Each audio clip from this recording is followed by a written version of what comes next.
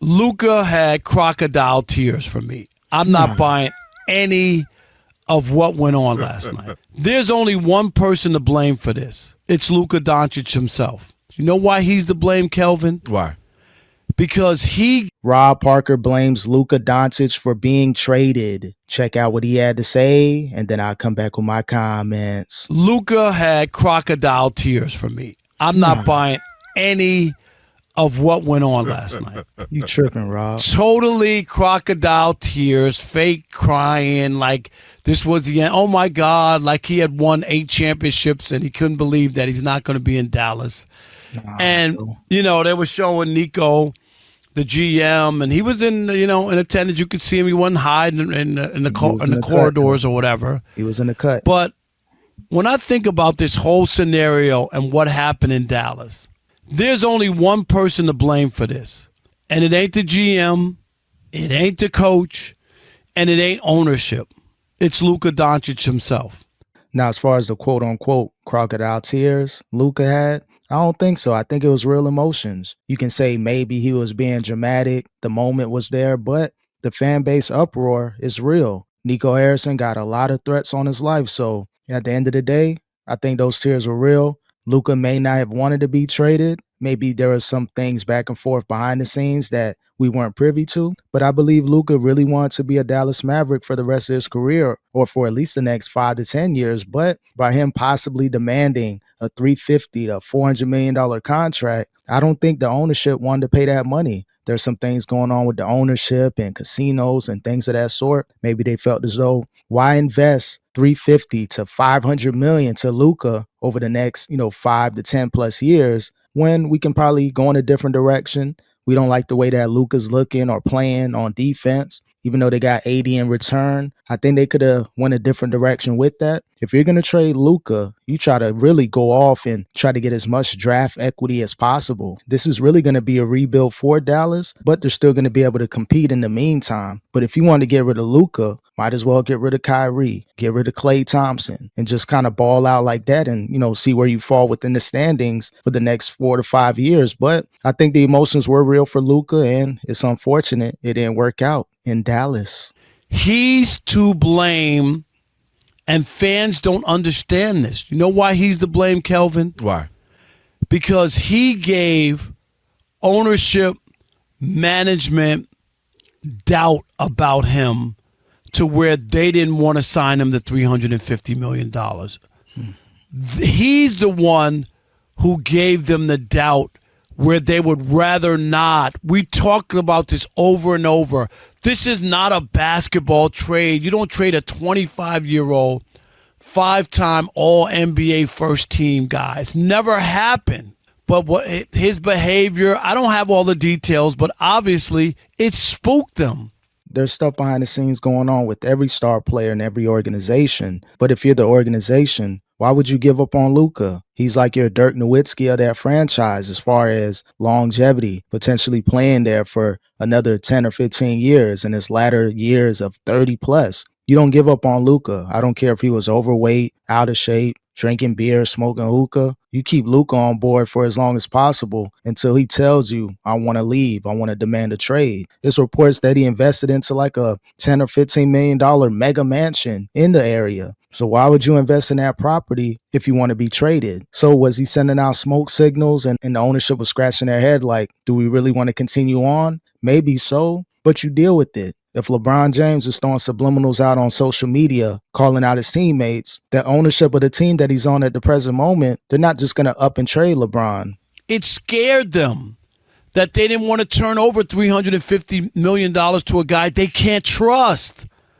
That's why Luka's in Los Angeles, not because of ownership or they're cheap or whatever you want to do. You can blame everybody you want. The rightful blame goes to Luka. Period. So I'm going to start back with more of the night and the fact that you think Luka's tears were fake or crocodile tears. Stop it, Rob, because right now you are back in New York where you were honored. You literally went out of your way to be honored because you have a memorial there. And so therefore you know what it feels like to be honored for a place you call home and a place you love. And that's simply what happened to Luka last night. He was back where it started, back where he was a teenager. in America, foreign country, where he was mentored by Dirk, mentored by Mark Cuban, loved by fans, learned to become a man. And out of the blue, he was not complaining. There were no trade request rumors. Out of the blue, the brother is literally closing on a home, and he got traded. So, of course, that would be emotional. Yeah, and that's another thing. Why close on a home if you want to get traded? And then secondly, every time Luka would talk about the Dallas Mavericks, he would always slip up and say, my teammates or my ex-teammates. So he even thought that he was still a part of the team on a Lakers uniform while talking about his ex-team. So that lets you know the emotions were there. He still feels a part of the organization. He rocks with those players. Of course, he's Lakers all day and he wants to win, but still, in the back of his mind, when LA isn't playing Dallas, he's rooting for the teammates, but the franchise overall, he wouldn't mind if they lose, every single game of the season. But yeah, man, I think there were real emotions going on with Luka. The fan base loved him. And if Mark Cuban didn't sell his majority ownership stake, Luka's still in Dallas. Mark Cuban was on the Stephen A. Smith show, and he basically said if he was the owner, Luka wouldn't go, but by him only owning a few percentage points of the team, he's pretty much a bystander. He's pretty much like a paid fan, the highest paid fan in NBA history. So at the end of the day, man, Mark Cuban's out, new ownership. Yeah, let's try to cut bait, save $350 to $500 million, and let him go on about his way. But to get Anthony Davis in return, I don't understand that. That's head scratching. And what do we always hear when we hear from old players who, even if they're traded nicely, there's, a request to trade and happens. They always say, it's amazing when I come back to see the ushers and the concession people and the equipment manager, because they say it's those people I saw every day that made sure I had the food, made sure, gave me a hug on my way in. And so to see those people again, and also to see a video where it all started, come on, Rob, I know you done got old, but your heart is still soft. It's still mushy. You still understand what that's like. So that's the first part when it comes to that. I totally understand why he shed the tears. Now, we go back to the organization saying who's the cause of this or who's to blame. I still stand that it's this new ownership group. It is. For multiple reasons. One, you don't give up on a player of this caliber yet. To me, you exhaust all options. And then what's the disconnect between Mark Cuban, who literally said I'd leave my wife before I let go of Luka, and now this new ownership? But he doesn't own the team. Right. Anymore. So what I'm saying is you haven't been here, new ownership group, because the guy who had been there is literally 20 plus years, the owner, loved Luka so much so that he would never, I'm looking at my new Dirk, I'd never get rid of this guy. Exactly. I'm hitching my wagon to him as long as possible. And in a matter of months or a year, he sells a team, and you're ready to get rid of him. Where's the disconnect that fast? Yeah, it's obvious. It's an ownership move. If Mark Cuban was the owner again, Luka's still there. That's his Dirk Nowitzki. If he's talking about his wife can leave before Luka, that's letting you know, of course, he's over-exaggerating. Wouldn't happen. But still, he's putting it out there that Luka will still have on a Mavericks uniform if he was the majority owner. And this happens in corporate companies, sports. If there's an ownership change, a management change, they're going to try to clean house. If Nico Harrison and Luka were cool, yeah, Luka's still going to be on the Mavs, but there was a disconnect from management and definitely a disconnect from the ownership group. Luka had to go. It was the only way. Fast, meaning you didn't even have time to invest, time to see, okay, what can we work with? How can we do this? How can we figure out? You're already ready to either get rid of him or just simply shed dollars. I count that as an issue with ownership. And if you did feel that way, if they subscribe to the Rob Parker plan, all right, then you got to give me more. You got to give me Anthony Davis and Austin Reeves and some picks. I need more. It can't simply be AD. And obviously they got another pieces and Christie and all, but you get what I'm saying. I need guys. Austin Reeves can be a heck of a, as we've seen, third option, a really good third option. I need picks as we're rebuilding. So to me, if for whatever reasons, Luka calls somebody's wife a B word or something crazy behind the scenes we'll never know, then fine, you have to get more. And it can't be an injury-prone guy in Anthony Davis when you're telling me, I believe at a certain point, Luka's going to be injured. Well, you got the guy who's always injured, so make it make sense. So yeah, if you're going to trade Luka, you get as much draft equity as possible, or at least get Austin Reeves. Right now, he's showing he's worth at least 2 first-round draft picks. The way that he's playing, his contract is great. As far as an NBA owner, you're paying a premium for Austin Reeves. To pay him $12 to $15 million per year for another season or two is great. Then, of course, you're going to have to drop the bag on him at the end of his contract to keep him. But still, AD, Austin Reeves, multiple draft picks, That's what you had to get. Maybe if this was a 3 or 4 team deal, you could have got more. You still move AD to get Luka, but you get a lot more draft equity involved when there's more teams involved. Could they have gone elsewhere with this? That's a possibility as well. I guess that's why the relationship with Nico and Rob Pelinka was important, because they wanted to keep this a 2-team deal between them and the Mavs, LA and Mavs only. That's the only way you make this thing happen. But still, they didn't get as much for Luka. They kind of lost this trade. I thought they wanted to trade for the now, but the way the Lakers are playing, they're going to win this trade for the now and definitely in the future. The Mavs effed up.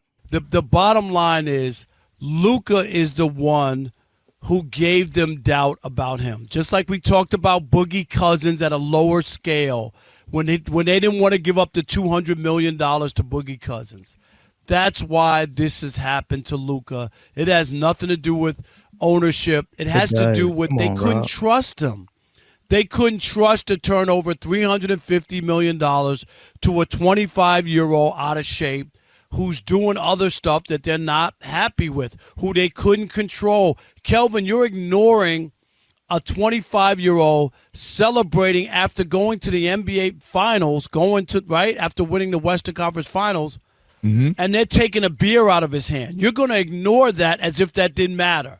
So you're saying by him, his nutrition, drinking beer, going to the NBA Finals. So who would you rather have as an NBA owner? A Ja Morant not only does these celebrations, but had the physical weapon in his hand, or other players that had some real heinous crimes? So you're willing to say you would take those other players over Luka? Think about it. Everything Luka's doing is really on the court. The complaining to the refs, the lack of defense. Okay, cool. Maybe you try to lowball him on the next contract offer, but you have to take a chance and do everything in your power to keep Luka. So it's obvious this was an ownership move, and Nico Harrison, his face is going to be all over this. So yeah, maybe he had no choice but to get rid of Luka, only because upper management and ownership said, do what you got to do to get rid of Luka as soon as possible. So yeah, unfortunately, Nico, he's going to be the face of this. And then stuff that he said in the media as well, maybe he wanted him gone as well, but this doesn't happen unless ownership signs off on it. So Luka drinking beer, smoking hookah, who cares? You deal with it. Yeah, he gave them signs to where maybe he's not worth $400 million, but is he worth $300+ million? Yeah. You do everything in your power to keep Luka. It was all an ownership move. It's obvious. Come on, Rob. You know what it is, bro. Right? That told you all you needed to do to know if you're really being honest with that situation. He wasn't illegal, all right, underage. Right. He wasn't drunk. He wasn't acting disorderly. He wasn't doing anything but being a grown man drinking a beer on a celebration. And they still felt compelled to take that beer from him. The Mavs dropped the ball. I think they overreacted. Whenever there's a change in power, things like this happen. I said it earlier in the video, and I'll say it again. This happens in corporate media. It happens with sports teams. When you got billions on the line, sometimes you overreact. You want to make changes. If Mark Cuban was the owner of this team, Luka still has on that Mavs jersey. But by this ownership change and maybe things going on behind the scenes, why not get rid of Luka? I don't care if Luka gave signs that he wasn't worth $350. I don't care. You wait until the last day of that contract, if you have to, or the summertime, to see if you can work out a deal. Maybe get Mark Cuban on the line. See what you can do. You got to talk these things out, because Mark Cuban, they're not going to let him sign off on anything if he only owns a few percentages of the team. It's only between Nico and the ownership group. That's the only people that really signed off on this trade. So the Mavs dropped the ball. They got an injured AD for a quote-unquote injury-prone Luka that's fat and out of shape, but can still drop 30 points per game in any given season and win the MVP award. So I don't care if he drunk beer. I don't care if he smokes hookah. Unless it becomes an actual problem and his game is affected, yeah, that's when you have an issue with Luka. But until then, you ride out with Luka until the wheels fall off. The Mavs effed up, and the Lakers will win a championship with Luka Doncic.